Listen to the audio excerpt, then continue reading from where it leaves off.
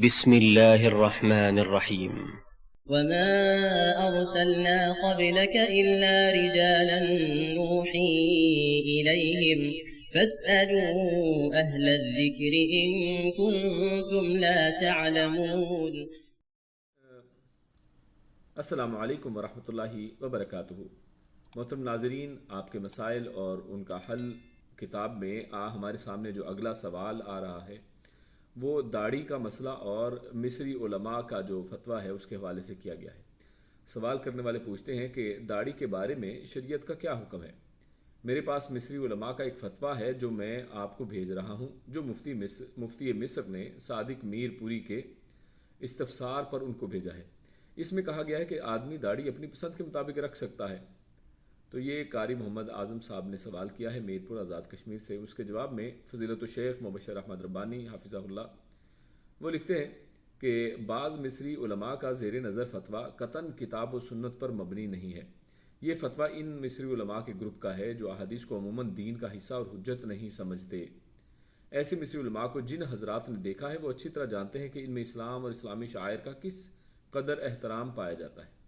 ان کی فکر و سوچ ہی نہیں، ان کے طور و اطوار، بود و باش اور حرکت و عمل کا ہر زاویہ اسلام اور اسلامی تشخص کی بجائے خالصتاً یورپی ثقافت کا آئینہ دار ہوتا ہے۔ یہ لوگ کلین شیو، پینٹ شرٹ اور ٹائی جیسے صلیبی شعائر سے آراستہ ہوتے ہیں اور یورپ کے نقال بن کر اسلام کے بارے میں رہنمائی دیتے ہوئے من تشبہ بقوم فہو منہم، یعنی ابو داؤد کی جو حدیث ہے اس کا مصداق ہو جاتے ہیں۔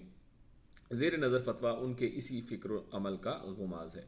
جیسا کہ سائل نے جب ان سے یہ پوچھا کہ وہ لوگ جو داڑھی مسلسل منڈواتے ہیں یا کٹواتے ہیں یا اس کی لمبائی کی تحدید کے قائل ہیں، کیا وہ گناہ گار ہیں اور کیا وہ زنا اور چوری سے بھی بڑے گناہ کے مرتکب تو نہیں ہو رہے؟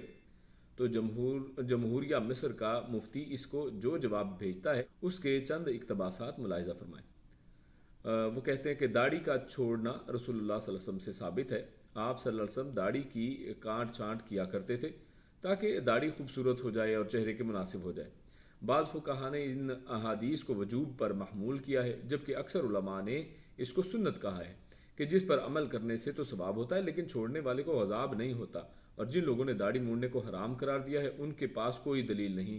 اب آخر میں وہ فرماتے ہیں کہ بلکہ ہر مسلمان کو چاہیے کہ وہ ایسا شیو اپنائے جس کو اپنی شکل و شباہت کے لیے بہتر سمجھے اور لوگ بھی اسے پسند کریں۔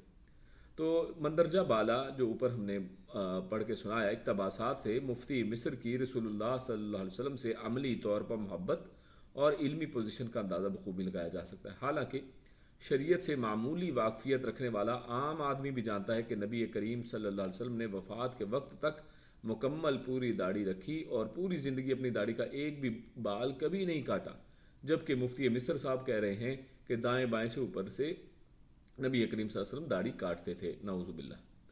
مفتی مصر نے اپنی اس بودی دلیل کی بنیاد ترمذی شریف میں آنے والی صرف ایک روایت، کیا روایت ہے کہ یاخذ من طولها وعرضها پر رکھی ہے۔ یہ انتہائی کمزور اور ضعیف ہے، لیکن اس کا ذوف معلوم ہونے کے باوجود اس سے استدلال کرنا نبی کریم صلی اللہ علیہ وسلم پر تہمت نہیں تو اور کیا ہے۔ اور ساتھ یہ بھی بتایا جا رہا ہے کہ داڑھی خوبصورت بنانی چاہیے اور چہرے کے مناسبت سے ہونی چاہیے۔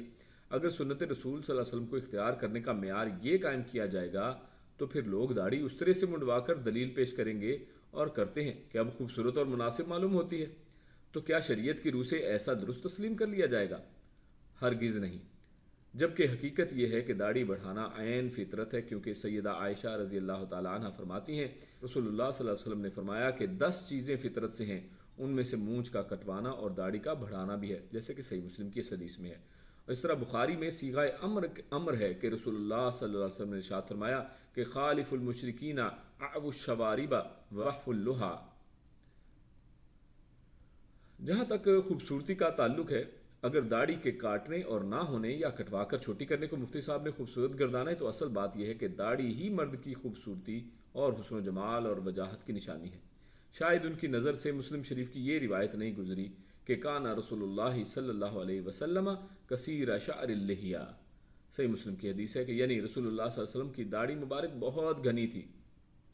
داڑھی کے کاٹنے سے خوبصورتی نہیں بلکہ عورتوں سے مشابہت پیدا ہوتی ہے، جو کہ اسلام میں ناجائز ہے۔ ایسی خوبصورتی کے رد میں تو رسول اللہ صلی اللہ علیہ وسلم نے فرمایا ہے لعن اللہ المتشبہین من الرجال بالنساء